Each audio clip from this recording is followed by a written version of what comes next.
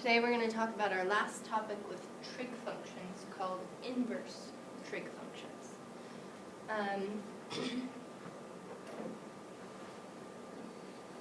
So when we work with an equation, we often have to work with opposite operations.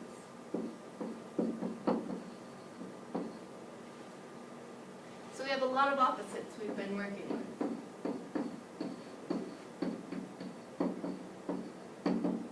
We know if we had x plus 7 equals 12, we would do the opposite of minusing 7 from both sides.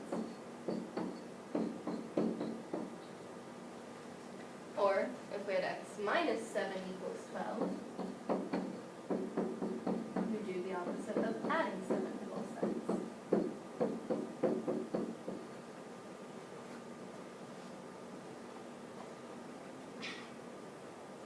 Well, those are some pretty basic opposites. We also know the opposite of multiply. Opposite of multiplication is division. We know the opposite of division is multiply. We learned one new opposite this year. If we had x squared equal to 4, we said the opposite would be to square root both sides. So x would equal plus or minus 2. That was also something new. Or if we had square root of x equals 5, we would square both sides to get rid of the square root. Just like all of those opposites, we need to be able to do the opposite of our trig functions.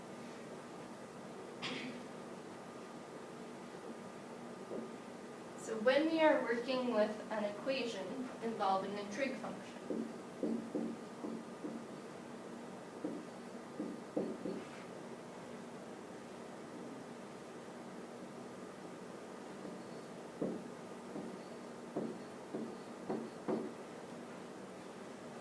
we want to get rid of tangent and just have theta.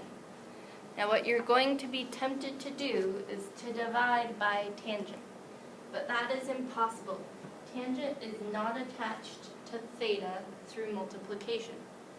It needs its own special opposite, just like squared needed its own special opposite. So, with trig functions, we had to come up with one. The inverse of tangent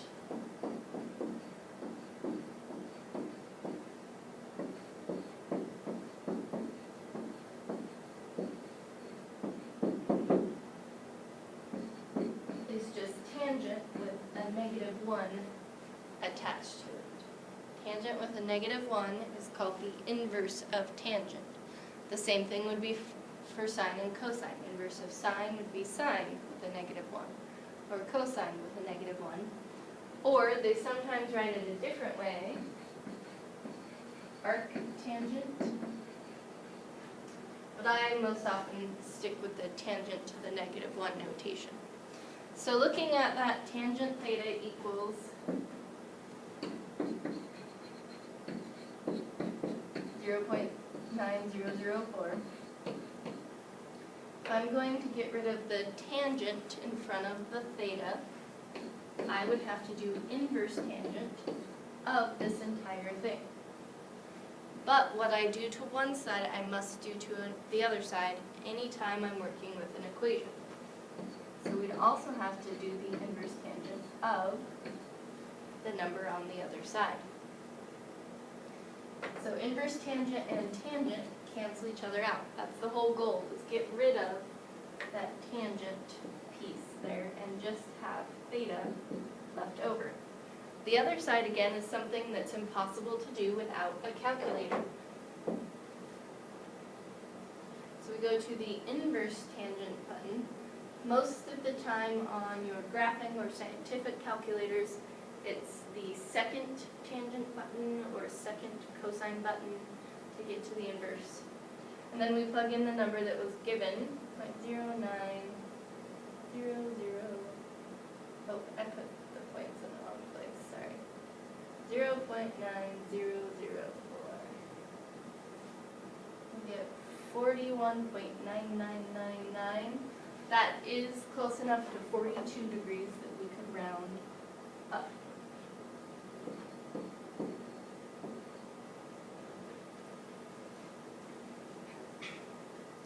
So again, we can apply these to word problems, or we can apply these to problems where the triangle has been drawn out for us and where we want to find the angle. So the goal of using this inverse tangent or inverse cosine or inverse sine is to find the angle we're working with. We've only been able to find the sides. What if we know the sides and we want to find the angle?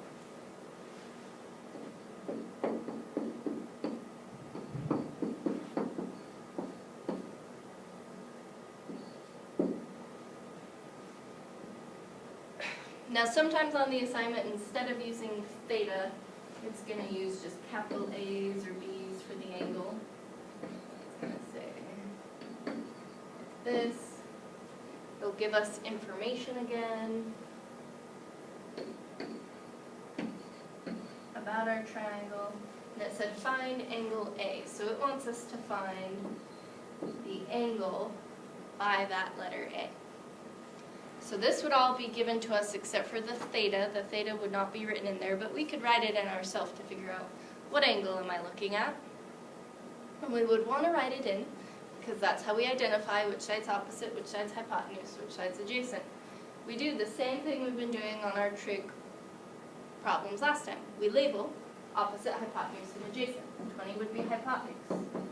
16 would be opposite. Next, the angle would be adjacent. Now, we don't need adjacent because it didn't have any information on the side of the triangle. 20 went with the hypotenuse, 16 went with opposite. Adjacent didn't have anything to go with it. So we look at our trig formulas again. We have sine, cosine, and tangent. And we want the one that uses opposite and hypotenuse. So we remembered it using SOHCAHTOA. That's just our easy way to remember the three trig formulas. We know we want to use the one using opposite and hypotenuse. So we're going to use sine. So we know sine of our angle, theta, or you could write the capital letter A, since they called it letter A as well, equals opposite over hypotenuse. And we're trying to get theta alone. We're trying to find that angle. So we just need to do the opposite of sine. Again, you're going to be tempted to divide by sine, but that is impossible. It will not work mathematically. The only opposite you can do is sine inverse of what's already there. And what you do to one side, you do to the other. Sine inverse of 16 over 20. Now on the left side, sine inverse cancels with sine. On the right side, that's just something we can plug into the calculator. Sine inverse, so again, on most graphing calculators, it would be second sine to get sine inverse. Or on like your iPod or cell phone, you're going to have to hit 16 divided by 20, get what that equals first, and then hit sine inverse. We will show again in class tomorrow, if you're not sure how to plug it into your calculator, how to plug that in exactly. Oh. Get on this calculator, I have to hit Control Enter sometimes. So where this one's the angle, with the other one we're finding the side, they went to 4 decimal places. With the angle, we usually only go to 1 decimal place. Again, I don't know who decided why that was, but that is the common way they reduce and round. So we get 53.1 degrees. So the last type of problem you could see is word problems, just like we did word problems with our trig functions last time.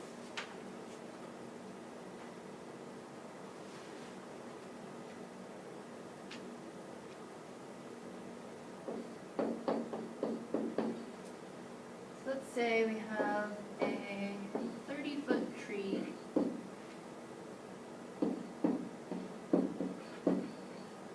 casts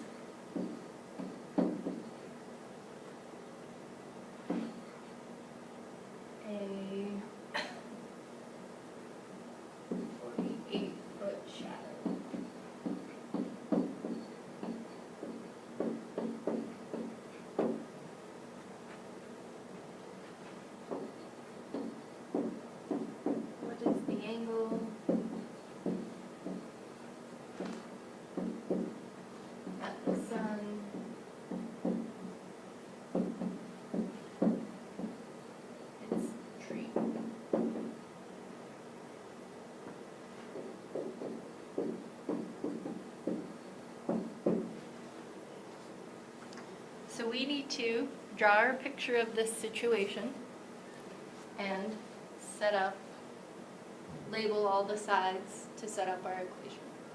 So first we know we have a tree involved.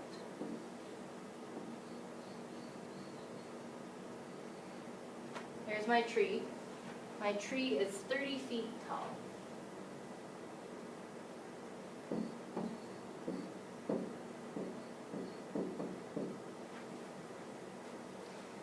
It says the tree casts a shadow of 48 feet. Well, we know a shadow is where it hits the ground. So our shadow would be this length here. Then if we connect those two lines, that gives us our right triangle. And it wants to know the angle that the sun hits the tree. So we're looking specifically for the angle where the sun is meeting the tree. We have two spots we could choose from. Maybe it's this bottom angle, maybe it's this top angle. Well, we know it has to hit the tree, and only one of those is anywhere near the tree. So which question mark would you pick, red or green? Which one would be near the tree? Hopefully you picked the red question mark. That would be correct. That is where our angle is located. So again, now we need to set up our equation, but we have to label our triangle with adjacent, hypotenuse, and opposite. Hypotenuse is always across from the right angle. Opposite is always across from theta. And adjacent is whatever is left over after you've labeled hypotenuse and opposite. Now we can go ahead and set up our equation. Well, okay, sorry. Skipped a step. We need to cross out the one we don't need. Of those three, hypotenuse, opposite, and adjacent, which one do we not need? Hopefully you picked hypotenuse to cross out. It didn't have any information by it. So we have opposite and adjacent. We think of our trig functions. Which of the three trig functions, sine, cosine, or tangent, uses opposite and adjacent? This is tangent.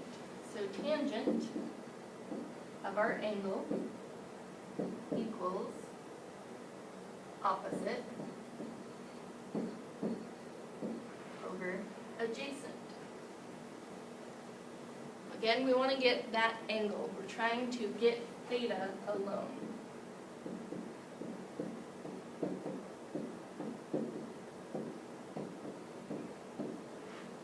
And the only way to do that is with our inverse trig functions. So we want to inverse trig, or inverse tangent, both sides. Specifically, we choose tangent because that's the one we started with. To cancel those out, we did inverse tangent. And on the other side, we had to do inverse tangent because with an equation, what you do to one side, you do to the other. So now, again, we go to our calculator. These are impossible to do without your calculator. No, sorry, I'm doing it backwards. I apologize, I'm not feeling the best today, so please bear with me on some of these little mistakes. So tangent of 48 divided by 30 is 57.99. That would round up to be 58 degrees. So to warn you, tomorrow we're going to have a little quiz. And then we're a little crunched for time, so we're actually going to be doing our overall review for tomorrow and having our test on Thursday. So see you guys tomorrow.